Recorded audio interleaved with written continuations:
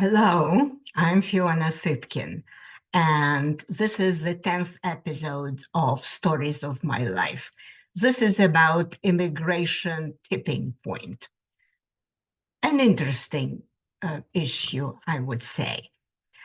As I said in the previous episode of my story, I became a full professor and chair of the English department of the university, the very department I graduated from years ago.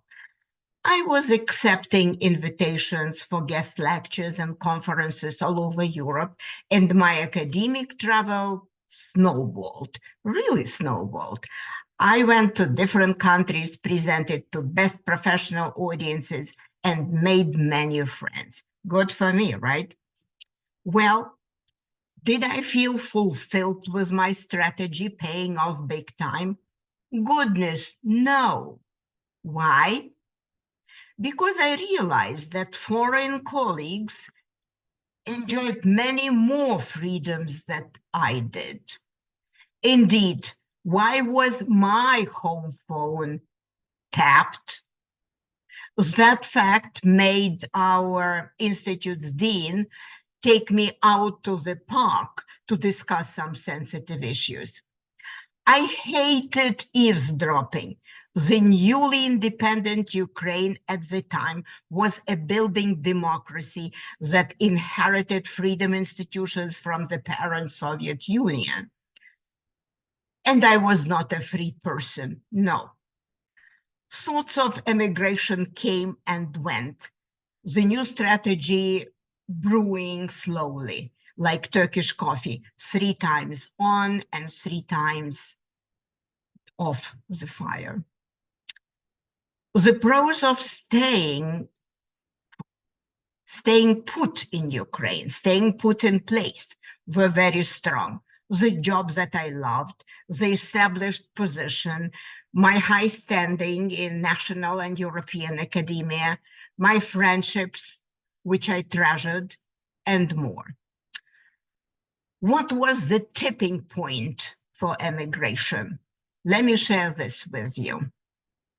Something worse than perceived limited freedom distressed me. A ballooning endemic corruption, ugly as hell, ill-concealed and all-pervading. It swelled to be one of the highest in the world. My personal tipping point surfaced when my former university classmate, Ivan, stopped by for a cup of coffee, amiably bringing a box of chocolates and leaving hidden $500 under the wraps. It was a lot of money at that time, at that place. Well, he asked for a favor and thought it was appropriate to bribe me, like he did with the others, friend or no friend. He wanted to ensure my cooperation.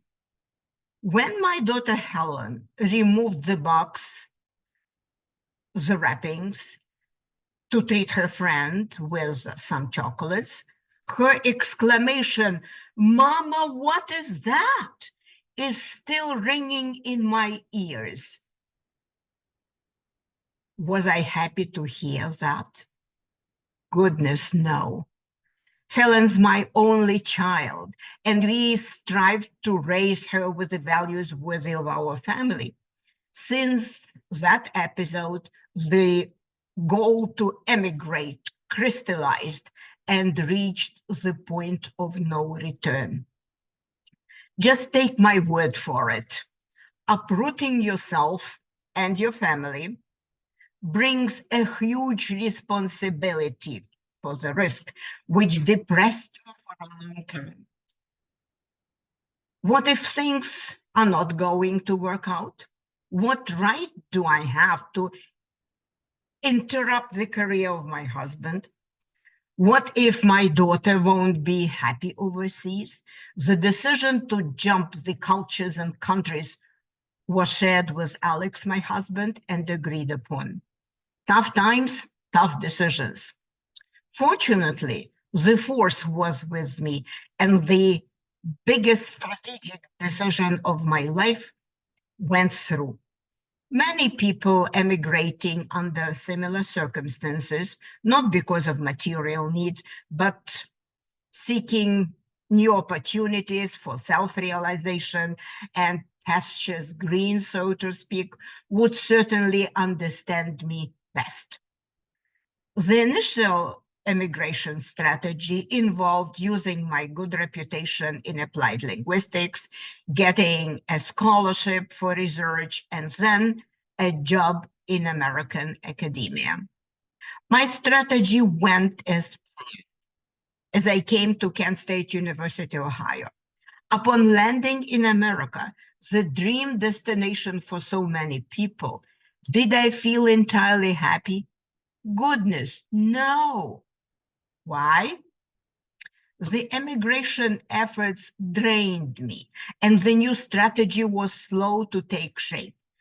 I felt like an alien, and I didn't know the rules of the game. I didn't know them well enough. I knew some, but not well enough.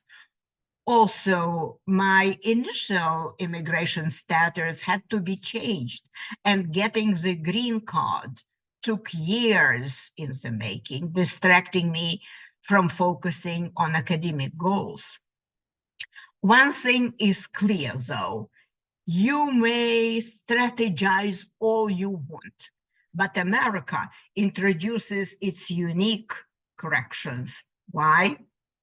It's a unique country, and the amount of pre-familiarity, no amount of pre-familiarity can guarantee success. You need to use your brains and fine-tune on the go. That's the only way. More later in the next episodes of Stories of My Life.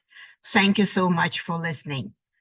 I also ask you to subscribe to the Brit channel, joining over 15,000 existing subscribers.